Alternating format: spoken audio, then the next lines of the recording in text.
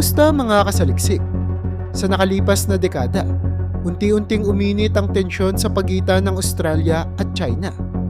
Ang relasyon ng dalawang bansa na minsang nakabatay sa malalim na kalakalan at ekonomiya ay naging puno ng hidwaan dahil sa magkakaibang interes at estratehiya sa rehiyon ng Indo-Pacific. Sakwa sa kabila ng kanilang mutual na pakinabang sa ekonomiya, ang lalong lumalakas na impluwensya ng China sa rehiyon ay nagbunsod ng pangamba sa Australia na matagal nang itinuturing ang sarili bilang isa sa mga pangunahing tagapagtaguyod ng kalayaan at demokrasya sa rehiyon. Isa sa mga pangunahing dahilan ng hidwaan ay ang mga aligasyon ng espionage. Lumabas sa mga ulat na aktibo ang China sa paniniktik sa mga teknolohikal na kumpanya at institusyon sa Australia na naglalayong makuha ang mga sensitibong impormasyon na maaaring gamitin sa geopolitical na pakinabang. Bilang tugon, nagpatupad ang Australia ng economic sanctions laban sa China, kasama na ang pagbabawal sa mga kumpanya tulad ng Huawei na mag-operate sa bansa dahil sa mga issue ng cybersecurity. Hindi rin nagtagal, pinaratangan ng China ang Australia ng pagpapakita ng kawalan ng respeto sa kanilang soberanya na lalo pang nagpalala ng sitwasyon. Bukod dito, nadagdagan ang tensyon sa pamamagitan ng mga ulat ng pangingialam ng China sa internal affairs ng Australia. Ayon sa Australian Security Intelligence Organization o ACO, maraming beses na nagtangka ang China na makialam sa politika ng Australia sa pamamagitan ng pagpopondo sa ilang mga kandidato at partido. Ang ganitong hakbang ay lalong nagpababa ng tiwala ng Australia sa China, lalo na't napatunayan din ang mga cyber attacks na nagmula sa Chinese state-sponsored groups. Ang mga insidenteng ito ay nagbigay daan upang tingnan ng Australia ang China hindi bilang kaalyado, kundi bilang isang banta sa kanilang pambansang seguridad. Ang pagsali ng Australia sa AUKUS Alliance noong 2021 ay naging isa sa pinakamalaking turning point sa relasyon nito sa China.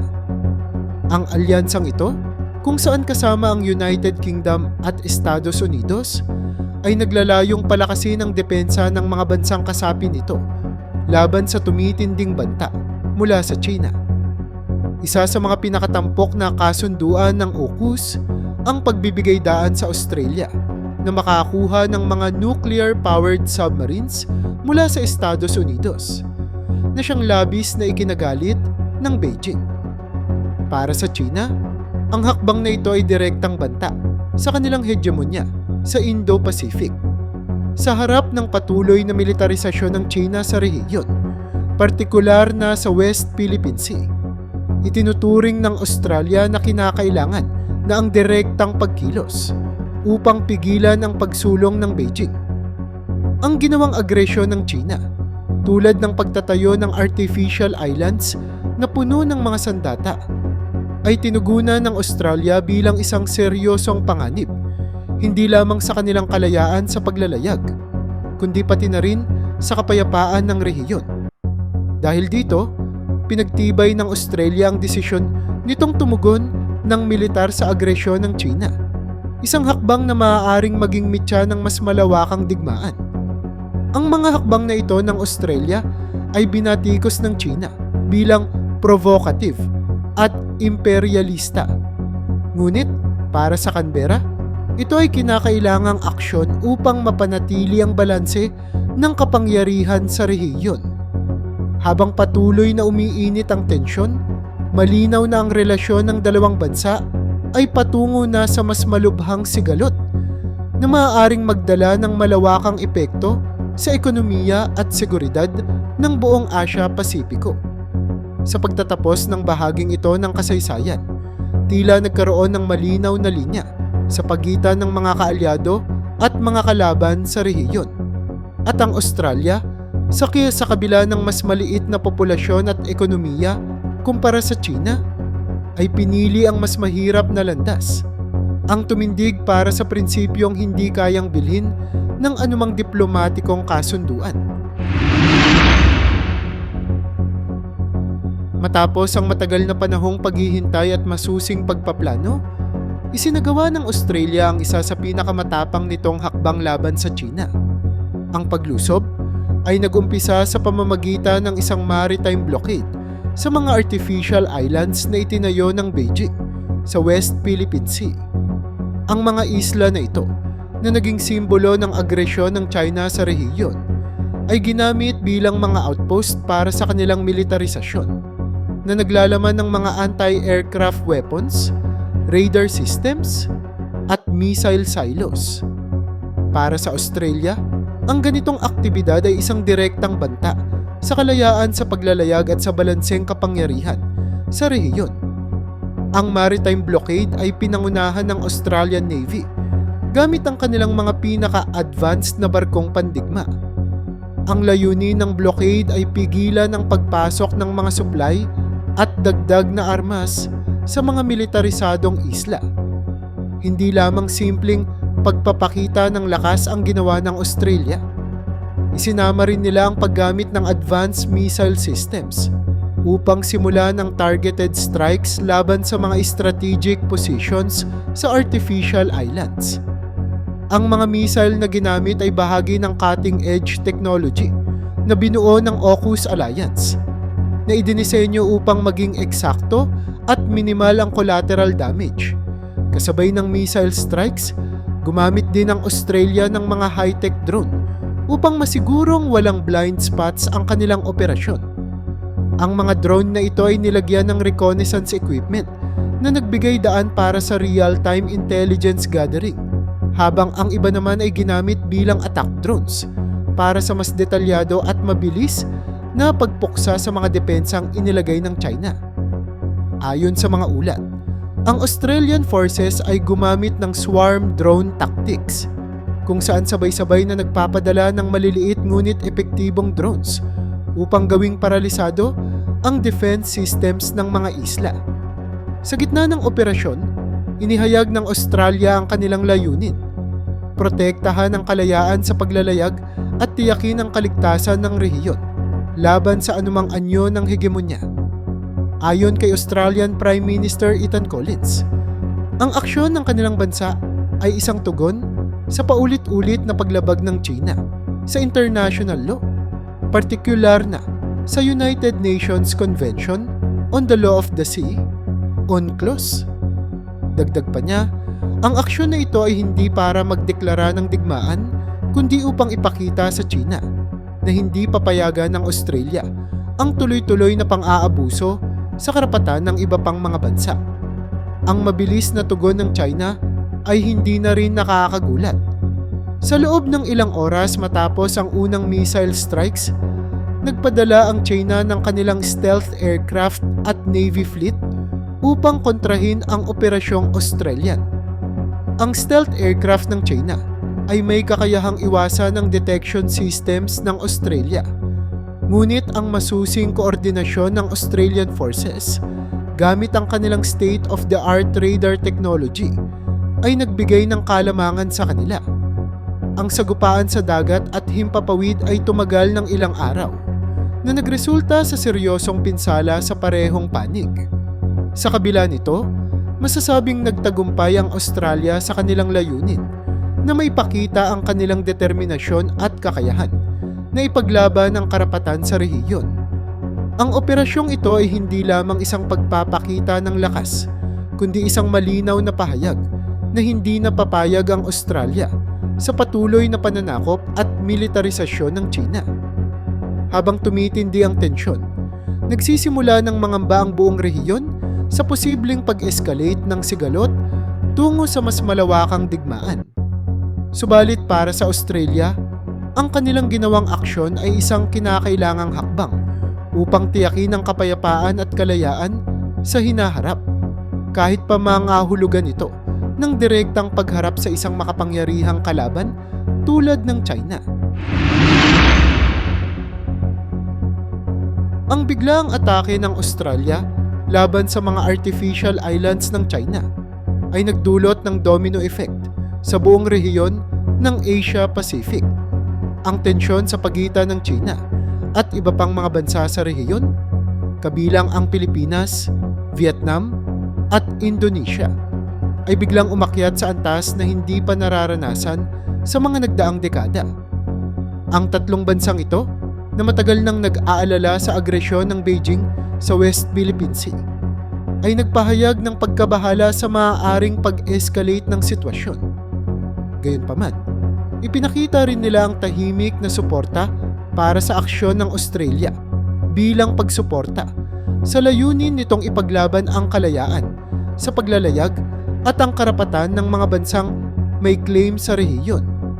Sa kabilang banda, ang Japan at South Korea na kapwa kaalyado ng Australia sa AUKUS at mas malapit na kaugnay ng Estados Unidos, ay tahasang nagpahayag ng suporta sa aksyon ng Australia. Ayon sa Japanese Prime Minister, ang ginawa ng Australia ay isang malinaw na pahayag laban sa unilateral na pagbabanta ng Beijing sa rehiyon. Idinagdag pa niya na ang ganitong hakbang ay kailangang samahan ng sama-samang aksyon ng iba pang mga bansa upang mapigilan ang patuloy na pagpapalawak ng China. Katulad nito, ang South Korea ay nagbigay ng kanilang suporta, binanggit ang pangangailangan para sa mas matibay na alyansa sa pagitan ng mga bansang nagnanais ng kapayapaan at kalayaan sa rehiyon. Ngunit hindi lahat ay kumampi sa alinmang panig.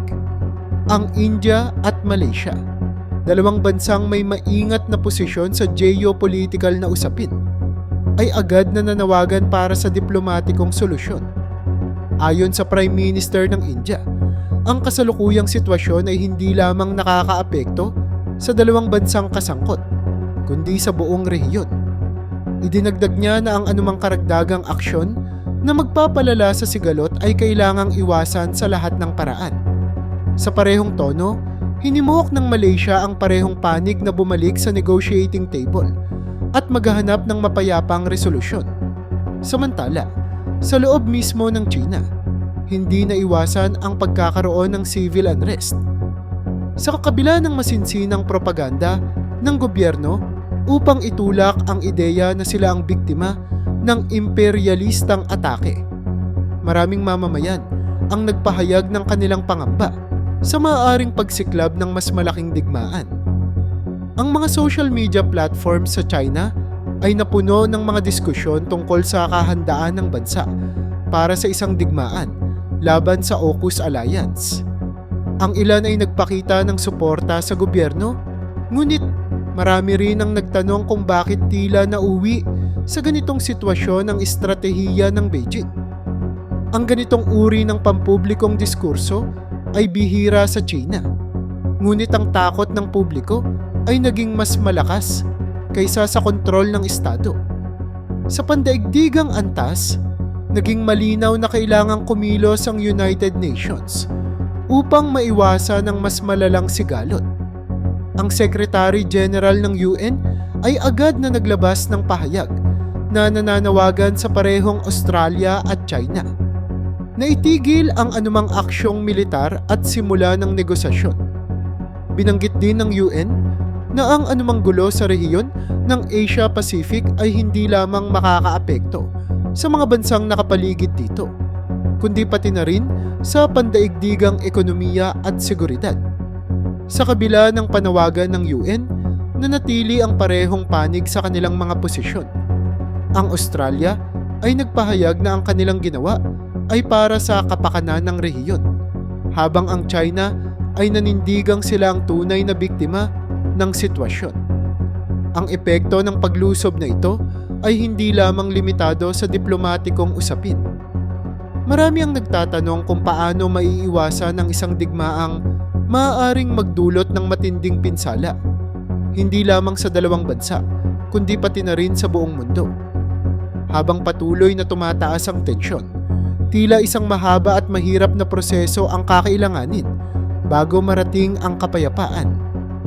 Ang rehiyon ng Asia Pacific ay nananatili sa estado ng pagkabahala, habang ang mundo ay nagmamasid at naghihintay ng susunod na hakbang mula sa dalawang makapangyarihang bansang ito. Ang paglusob ng Australia sa militarisadong mga isla ng China ay hindi lamang naging sagupaan sa larangan ng militar, kundi pati na rin sa larangan ng impormasyon. Agad na sinimula ng Beijing ang isang malawakang kampanya ng propaganda upang siraan ang Australia at ipakita ito bilang isang imperialistang bansa na sumusunod lamang sa kagustuhan ng Estados Unidos at ng AUKUS Alliance. Ang Chinese state media, kabilang ang mga pangunahing platform tulad ng CCTV at Xinhua, ay nagtutok sa pagbibigay ng naratibo na ang Australia ay isang agresibong bansa na walang pakialam sa kaligtasan ng mga sibilyan sa rehiyon. Ayon sa mga ulat mula sa mga pro-China na media outlets, ang mga pag-atake ng Australia ay nagdulot di umano ng malawakang pinsala sa mga artipisyal na isla, kabilang ang pagkasira ng mga non-military structures na ginagamit umano ng mga lokal na mangingisda. Binanggit pa ng mga ulat na maraming sibilyan ang nasawi sa mga drone strikes, bagamat walang naipresentang ebidensya upang suportahan ang mga paratang na ito. Bukod sa traditional na media, ginamit ng China ang kanilang makinarya sa digital platforms upang palakasin ang propaganda laban sa Australia. Ang mga video at larawan na nagpapakita ng di umano'y mga biktima ng mga airstrike ay nagva-viral sa mga Chinese social media platforms tulad ng Weibo at Douyin. Maraming netizens ang nagpahayag ng galit sa Australia, ngunit marami rin ang nagtatanong kung bakit tila eksaherado ang mga inilalabas na impormasyon. Sa labas ng China, ang mga peking impormasyon ay mabilis ding kumalat na nagdulot ng kalituhan sa iba't ibang bahagi ng mundo. Sa gitna ng propaganda ng China, hindi rin nagpahuli ang Australia sa pagtugon. Gamit ang kanilang sariling mga media platforms, ipinaliwanag ng gobyerno ng Australia na ang kanilang mga operasyon ay eksklusibong nakatuon sa militarisadong bahagi ng mga artificial islands at idinisenyo upang maiwasan ang civilian casualties. Itinulak nila ang naratibo na ang tunay na problema ay ang agresibong pagkuha ng China ng mga teritoryong hindi naman sa kanila na lumalabag sa international law. Ang kontra-propaganda ng Australia ay tumutok sa pagpapakita ng masamang epekto ng China sa kalayaan sa rehiyon. Ang mga media outlets sa Australia at mga kaalyado nitong bansa, tulad ng BBC at CNN, ay naglathala ng mga artikulo at report na naglalantad sa militarisasyon ng China sa West Philippine Sea. Binuhay rin ng mga ito ang mga kwento ng mga maliliit na bansa tulad ng Pilipinas at Vietnam na nawalan ng karapatan sa kanilang sariling mga teritoryo dahil sa hegemonya ng Beijing. Ang sagupaan ng impormasyon ay hindi lamang umikot sa pagitan ng mga opisyal na media channels, kundi umabot din sa social media platforms tulad ng Twitter, Facebook, at TikTok. Sa kabila ng mga hakbang ng China upang kontrolin ang naratibo, maraming eksperto sa cybersecurity at geopolitics ang nagtulak ng masusing fact-checking sa mga paratang nito laban sa Australia. Isiniwalat nila ang mga inconsistencies sa mga inilabas na video at larawan ng China, na karamihan ay napatunayang gawa-gawa o recycled mula sa ibang mga insidente. Habang patuloy ang information war, naging malinaw ang epekto nito sa pandaigdigang opinyon. Maraming bansa ang kumampi sa Australia na pinaniniwalaang nagsusulong ng kalayaan at kapayapaan sa rehiyon. Samantala, ang imahe ng China bilang isang mapagmatyag at agresibong bansa ay lalong tumibay. Ang labanan sa larangan ng propaganda ay nagbigay ng leksyon sa parehong panig.